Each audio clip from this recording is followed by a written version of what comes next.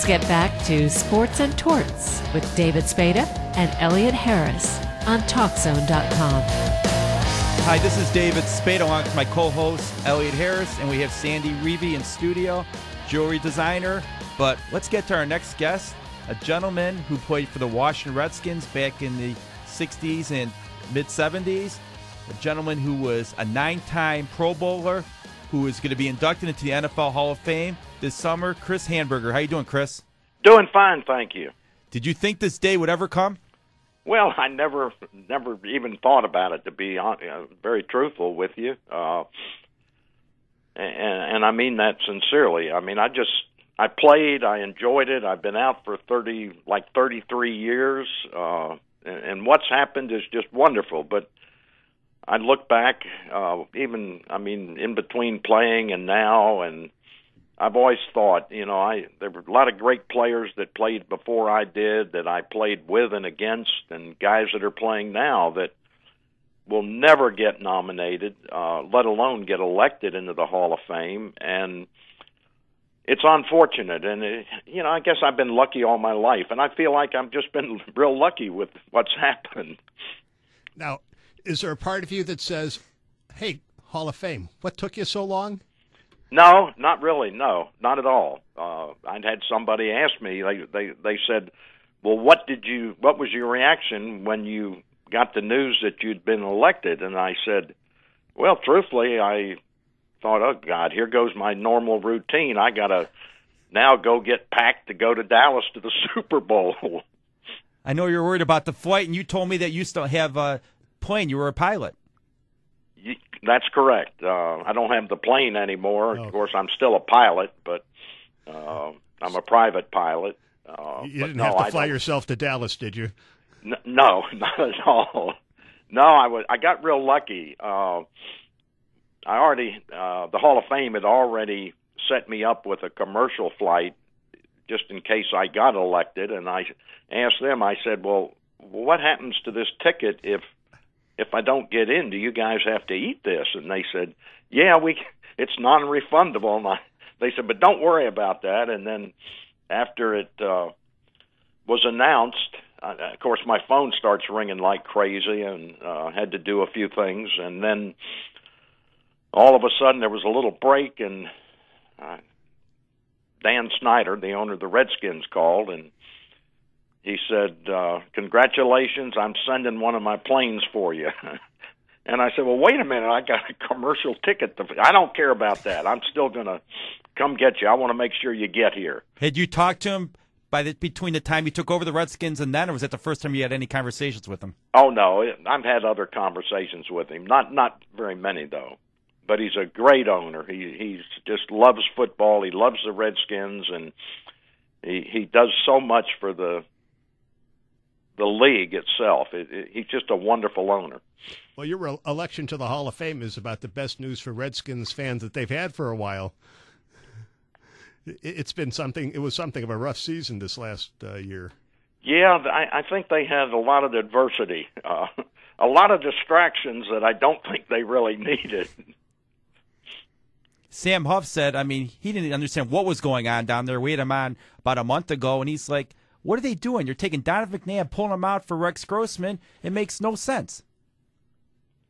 Well, I'm aware of all these things, and I've never been one to publicly second-guess coaches on what they do and why they do it. They have their reasons, and it's no different than players on the field, some of the things that they do. But I just think the Redskins had just too many distractions that occurred during the season that just made things kind of tough on the rest of the players on the club. And I just don't think they had great talent. They just never really gelled together as a team. Now, after you were elected to the Hall of Fame and you appeared at the Super Bowl, any of your former teammates call you up?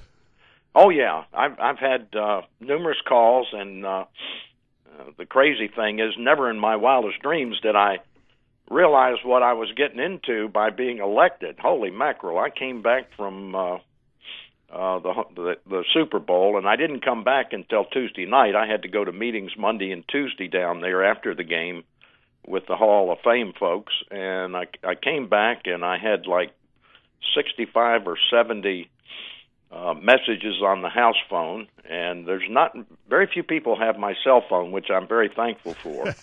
But I had a few messages on there, and I tell you, the house phone had all those messages, and I just dedicated myself yesterday and today to go through those and try to touch base with the folks that had left messages. And in fact, Saturday night when the announcement came, I stayed up till Sunday morning till about 1:30 just pulling messages off the phone then.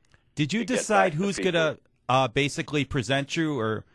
Pardon? Did you decide who you want to be your presenter at the Hall of Fame this summer? Oh, yeah. I'm having my son do it. Yeah, my son. It was kind of funny when I was nominated. I just happened to be watching the news on TV and that morning, and all of a sudden, up on the TV screen, we got one of those crazy systems where ID caller thing flashes up there, and it had HOF and a number. And I'm thinking, what in the devil is that? So I answered the phone. Of course, it's Hall of Fame. I hung up, and not 5 minutes later, my son calls, and he said, "Dad, are you aware that you just got?" And I said, "What are you talking about?" Of course, I knew, but and he said, "I'm getting emails from all over and phone calls from all over the country." And I said, "Well, then you better start getting your speech ready." So does being Caton in August, other dates fill up on your social calendar? Are there a lot of events that the Hall of Fame says, okay, we need you here this day, we need you there that day, things like that? Yeah, they went over a lot of that stuff with us on Monday and Tuesday down there in Dallas.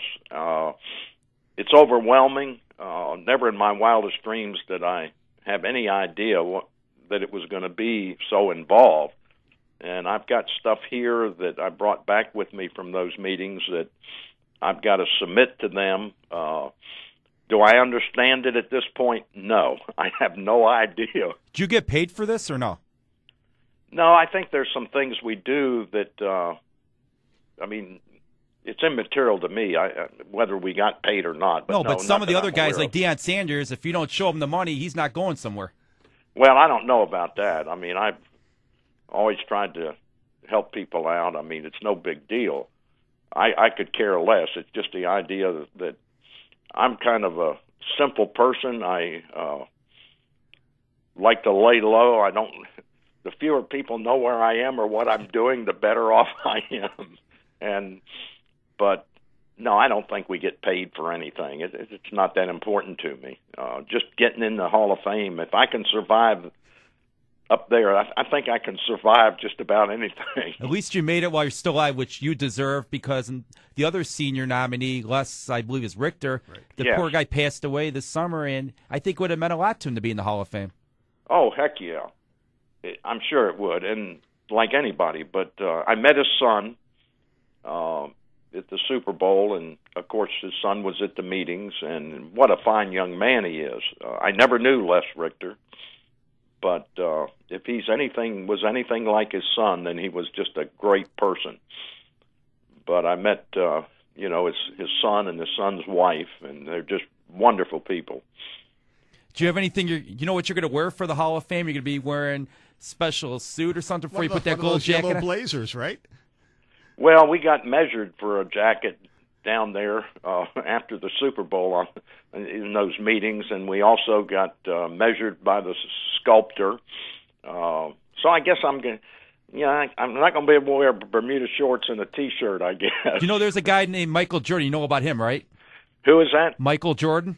Oh, yeah. We have someone in studio. She's a bead designer, and she used to design all Michael Jordan's beads. Maybe she'll design some beads for you to wear at the induction ceremonies. Well, I don't know about the beads.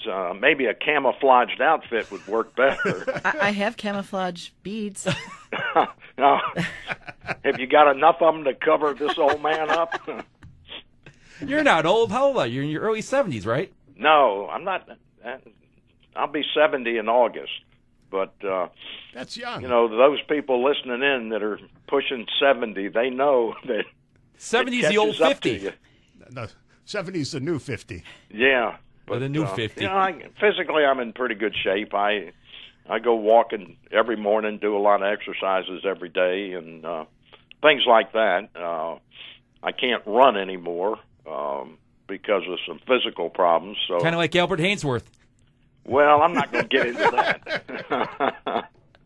I happen to read, while you're bringing that up, I happen to read one article about this latest incident, and somebody said, well, it couldn't have been him because he can't run that fast to get from out of his car to the other one. What would your old owner, Jack Kent Cook, have done to him?